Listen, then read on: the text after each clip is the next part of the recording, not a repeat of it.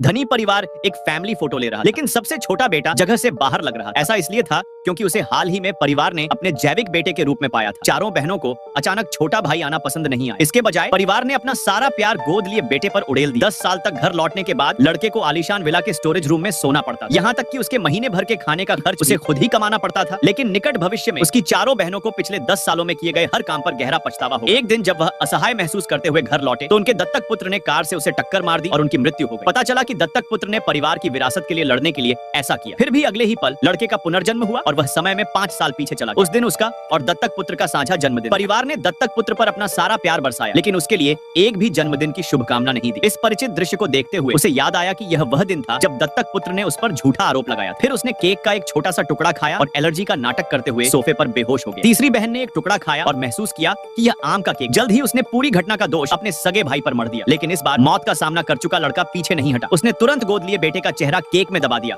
और घोषणा की कि वह अब से पूरे परिवार से नाता तोड़ रहा है। अगले दिन लड़का खाने के लिए स्कूल के कैफेटेरिया में गया। 2 अच्छे दोस्तों को पता चला कि वह घर से भाग गया है और उन्होंने अपने बेशकीमती चिकन ड्रमस्टिक्स उसके साथ साझा की। ड्रमस्टिक्स को देखते हुए उन्हें अचानक याद आया 3 दिनों में शहर की सभी मुर्गियां रहस्यमय तरीके से मर जाएंगी। उस समय अंडे एक दुर्लभ वस्तु बन जाएंगे। क्षेत्र में जल्दी से अंडे इकट्ठा करने के लिए उसके 2 दोस्तों ने उसे समर्थन देने के लिए अपनी सारी बचत दी। इस तरह उसने 3 दिनों के भीतर आसपास के मुर्गी फार्मों से अंडे खरीदे। जैसा कि अपेक्षित था, 3 दिन बाद खबर आई कि शहर भर में 21 फार्मों से 3 लाख मुर्गियां मर गई। बाजार में कमी का सामना करते हुए लड़के ने उच्च कीमत वाले अंडे बेचकर अपना पहला भाग्य कमाया। जैसे ही उसके दोस्तों को लगा कि वे अमीर बनने जा रहे हैं, लड़के ने पहले से ही अपने अगले व्यवसायिक कदम की योजना बना ली। इस बीच अपने जैविक माता पिता के घर पर उसकी अनुपस्थिति ने उन्हें बिल्कुल भी असहज महसूस नहीं करा। केवल दूसरी बहन उसे वापस लाना चाहती थी। अपने जैविक भाई को बेहतर ढंग से समझने के लिए वह जांच करने के लिए उसके पुराने कमरे में, लेकिन उसे नौकरानी से पता चला कि वह इस पूरे समय बेसमेंट के स्टोरेज रूम में सो रहा। वह बिना उचित बिस्तर के चटाई पर भी सोता था। दूसरी बहन यह दृश्य देखकर चौंक गई। उसे विश्वास ही नहीं हो रहा था कि वह 10 साल से इस तरह रह रहा था। अचानक सहायक ने बताया